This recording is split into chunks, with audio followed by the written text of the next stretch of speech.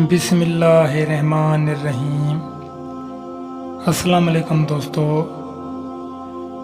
شیخ محمد بن قائد الوانی رحمۃ اللہ تعالیٰ علیہ بیان کرتے ہیں کہ حضرت محبوب سبحانی غوث اعظم رحمۃ اللہ تعالیٰ علیہ نے ہم سے فرمایا کہ حج کے دن بچپن میں مجھے ایک مرتبہ جنگل کی طرف جانے کا اتفاق ہوا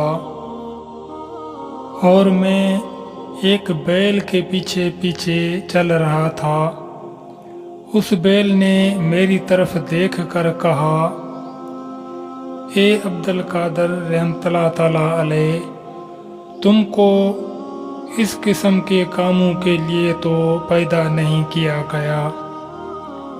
میں گھبرا کر گھر لوٹا اور اپنے گھر کی چھت پر چڑھ گیا تو کیا دیکھتا ہوں کہ میدان عرفات میں لوگ کھڑے ہیں۔ اس کے بعد میں نے اپنی والدہ ماجدہ کی خدمت اقدس میں حاضر ہو کر عرض کیا، آپ رحمۃ اللہ تعالیٰ علیہ مجھے رائے خدا عز و جل میں وقف فرما دیں اور مجھے بغداد جانے کی اجازت مرحمت فرمائیں تاکہ میں وہاں جا کر علم دین حاصل کروں۔ والدہ ماجدہ رحمۃ اللہ تعالیٰ علیہ نے مجھ سے اس کا سبب دریافت کیا۔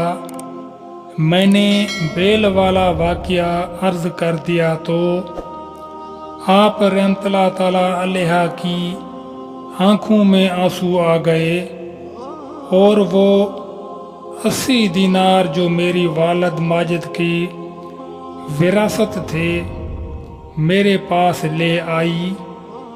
میں نے ان میں سے 40 دینار لے لیے اور 40 دینار اپنے بھائی سید ابو احمد رحمۃ اللہ تعالیٰ علیہ کے لیے چھوڑ دیے۔ والدہ ماجدہ نے میرے 40 دینار میری گدڑی میں سی دیے اور مجھے بغداد جانے کی اجازت عنایت فرما دی۔